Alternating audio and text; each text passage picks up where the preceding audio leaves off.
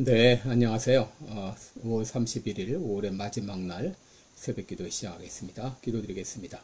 은혜로우신 우리 아버지 주의 은총과 사랑을 감사합니다. 하나님께서 오늘도 우리들을 또 불러주셨습니다. 주님의 앞에 나와 기도하는 시간을 갖습니다.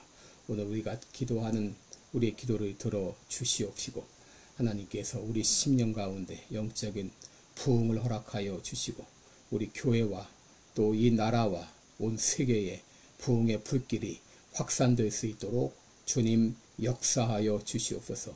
오늘 하루도 주님 앞에 의탁하오며 예수님의 이름으로 기도드리옵나이다. 아멘. 네, 찬송가 321장 부르겠습니다. 날 대속하신 예수께 321장 부르겠습니다.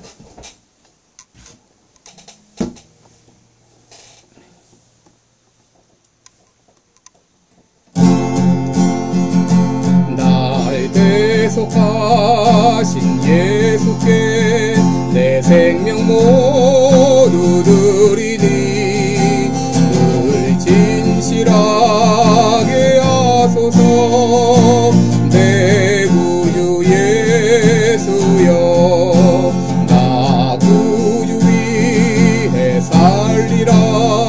내 기쁨 한량 없으리. 길 인도하소서. 내 구주 예수여 날 구원하신 예수를 일평생 의지하오니 날 영접하여 주소서. 내 구주 예수여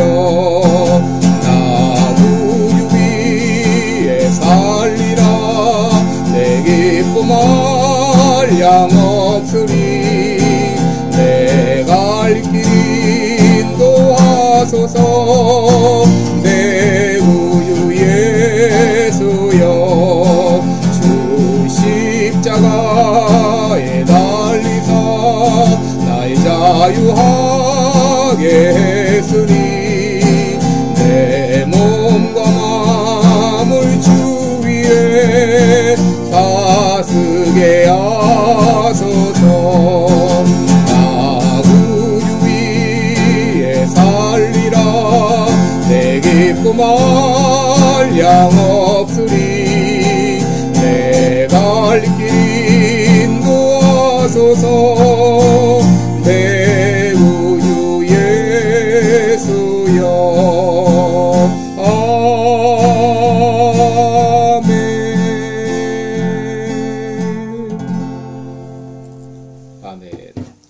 네, 우리 오늘은 잠언 28장 9절을 보겠습니다. 잠언 28장 9절 한 절 보겠습니다. 제가 봉독해 드립니다. 사람이 귀를 돌이키고 율법을 듣지 아니하면 그의 기도도 가증하니라. 아멘. 네, 오늘 이 말씀을 가지고 가증한 기도 이런 제목으로 함께 말씀을 나누겠습니다. 여러분 믿음 성장에 있어서 가장 중요한 두 가지 요소가 있다 그러면 바로 말씀과 기도라 그렇게 말할 수 있을 것입니다. 여러분 말씀과 기도가 없는 신앙생활 그리고 말씀과 기도가 없는 신앙 성장이라고 하는 것은 우리가 있을 수 없는 일이죠. 여러분 우리가 말씀을 읽고 기도하는 이유가 무엇입니까? 바로 이것은 하나님의 명령이기도 하지만 그 말씀을 읽고 순종하기 위한 것이고 또 기도하는 것도 하나님의 뜻을 깨닫고 하나님의 뜻에 순종하기 위한 것입니다. 여러분 우리가 하나님의 말씀을 읽고 듣고 묵상하는 이유는 하나님의 인도를 받기 위함입니다. 여러분 때로 하나님께서는 우리들에게 말씀을 통해서 아주 명확하게 하나님의 뜻을 알려주십니다. 항상 기뻐하라, 쉬지 말고 기도하라, 범사에 감사하라. 이는 그리스도 예수 안에서 너희를 향하신 하나님의 뜻이니라 그랬습니다. 왜 우리가 항상 기뻐해야 됩니까? 왜 우리가 쉬지 말고 기도해야 됩니까? 왜 우리들이 범사에 감사해야 되나요? 바로 그것이 하나님의 뜻이기 때문입니다. 또 데살로니가전서 4장 3절에 보면 하나님의 뜻은 이것이니 너희의 거룩함이니라. 곧 음란을 버리고 라고 했습니다. 여러분, 왜 우리가 거룩한 삶을 살아야 되는가? 그것이 바로 하나님의 뜻이기 때문입니다. 왜 우리가 음란을 버려야 되는가? 그것이 바로 하나님의 뜻이기 때문입니다. 로마서 12장 18절에 보면 모든 사람으로 더불어 평화하라. 이것이 바로 하나님의 뜻입니다. 악으로 악을 갚는 것은 하나님의 뜻이 아닙니다. 여러분, 이렇게 성경에 분명히 나타나고 있는 하나님의 뜻에 대해서 우리는 순종해야 됩니다. 그런데 우리는 때로 하나님의 말씀을 읽으면서도 무엇이 하나님의 뜻인지를 잘 모를 때가 있습니다. 그것 때문에 우리들은 하나님의 말씀을 더 깊이 묵상을 합니다. 과연 이 말씀이 가지고 있는 하나님의 뜻이 무엇인가? 이 말씀을 통해서 내가 해야 될 일은 무엇인가를 깨닫기 위해서 우리들은 말씀을 연구합니다. 여러분, 그렇게 연구하는 이유는 바로 하나님의 말씀에 순종하기 위한 것이죠. 여러분, 때로 우리가 말씀을 읽으면서도 어느 것이 하나님의 뜻인지를 모를 땐 하나님 앞에 기도합니다. 내가 무엇을 해야 될까요? 내가 어떻게 해야 될까요? 하면서 하나님께 기도하는 이유도 하나님의 뜻을 알고 순종하기 위한 것입니다. 여러분, 그런데 우리가 말씀을 읽는 가운데, 기도하는 가운데서 하나님의 뜻을 잘 알면서도 순종하지 않는다면 여러분, 말씀을 깨달은 것이, 또 기도한 것이 무슨 의미가 있겠습니까? 사도 야고보는 만일 사람이 믿음이 있노라 하면서 행함이 없으면 무슨 이익이 있으리요? 그 믿음이 능히 자기를 구원하겠느냐라고 했습니다.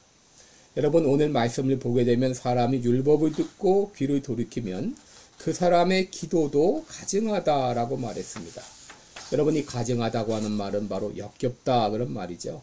하나님께서 그런 기도를 역겨워하신다고 하는 말입니다. 예수님 당시 예수님께서 가장 책망하신, 비판하신 그룹은 바로 서기관, 바리새인 그룹들이었습니다. 그들을 가리켜 회칠한 무덤 같으니 겉으로는 아름답게 보이나 그 안에는 죽은 사람의 뼈와 모든 더러운 것이 가득하다고 아주 신랄하게 비판하셨습니다. 여러분, 왜 그들이 예수님의 책망을 받았습니까? 마태복음 23장 3절을 보면 그러므로 무엇이든지 저희의 말하는 바는 행하고 지키되 저희의 하는 행위는 본받지 말라.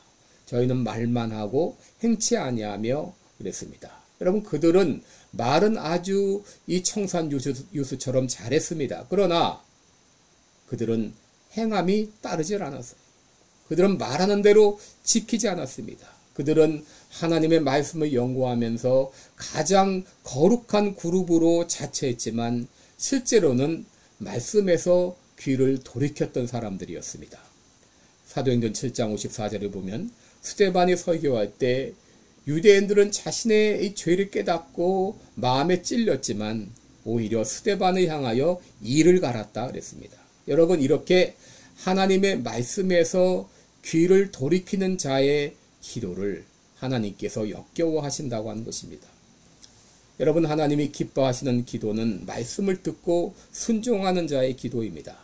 누가복음 8장을 보면 씨 뿌린 자의 비유가 있습니다. 씨가 길가와 또 이 딱딱한 바위와 그리고 가시떨기와 좋은 땅에 떨어졌습니다. 그런데 같은 씨가 떨어졌지만 그 씨가 열매를 맺은 것은 좋은 땅에 떨어진 씨만 열매를 맺었습니다. 여러분, 이 씨가 좋은 땅에 떨어졌다고 하는 것은 무엇을 의미하는가요? 누가복음 8장 15절을 보면 좋은 땅에 떨어졌다는 것은 말씀을 듣고 지키어 인내로 결실하는 자라 그랬습니다. 여러분, 하나님께서는 이렇게 좋은 땅과 같이 말씀을 듣고 순종하는 자의 기도를 기뻐하신다고 하는 것입니다. 잠언 15장 29절을 보면 하나님은 의인의 기도를 들으신다 그랬습니다. 잠언 15장 8절을 보면 하나님은 정직한 자의 기도를 기뻐하신다 그랬습니다. 또 베드로전서 3장 12절을 보면 하나님께서는 의인의 간구에 귀를 기울이신다 그랬습니다. 여러분, 하나님께서 귀를 기울이시는 기도는 바로 의인의 기도입니다. 정직한 자의 기도입니다. 누가 의인입니까? 말씀을 듣고 순종하는 사람, 말씀을 듣고 깨달은 대로 행하는 사람, 기도를 하는 가운데 하나님의 뜻을 깨닫고 순종하는 사람, 그런 사람의 기도를 기뻐하십니다. 반면에 율법의 귀를 돌이키는 자의 그 기도는 가증한 기도라고 했습니다. 여러분 말씀을 들으면서도 또 기도를 통해서 하나님의 뜻을 깨달았으면서도 순종하지 않는 사람은 바로 말씀에서 귀를 돌이키고 있는 사람입니다. 하나님께서는 그러한 기도를 가증히 여기신다 그랬습니다. 오늘 내가 하고 있는 기도는 가증한 기도가 아닌가요? 내가 하나님 말씀을 알면서도 실행하지 않으면서 기도하는 가운데 하나님의 뜻을 깨닫고도 그 말씀대로 순종하지 않으면서도 그저 무작정 우리가 하나님께 부르짖는 기도, 그런 기도는 가증한 기도입니다.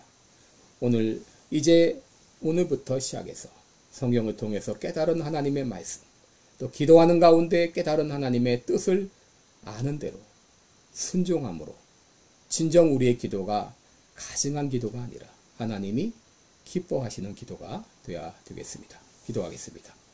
은혜로우신 우리 하나님 아버지, 나의 기도를 돌아봅니다. 나의 기도는 가증한 기도가 아니었습니까? 주님이여 긍휼을 베풀어 주시옵소서. 하나님의 뜻을 알면서도 하나님의 뜻을 깨달았으면서도 그 뜻대로 순종하지 못한 죄를 용서하여 주옵소서. 내가 했던 모든 가증한 기도를 주님이 용서하여 주옵소서. 진정 나의 기도는 하나님이 기뻐하시는 의인의 기도가 되게 해 주옵소서. 예수님의 이름으로 기도드리옵나이다. 아멘. 네, 그동안 나의 기도의 삶을 돌아보면서 회개하고 진정 하나님이 기뻐하시는 기도를 해야 되겠습니다. 고맙습니다.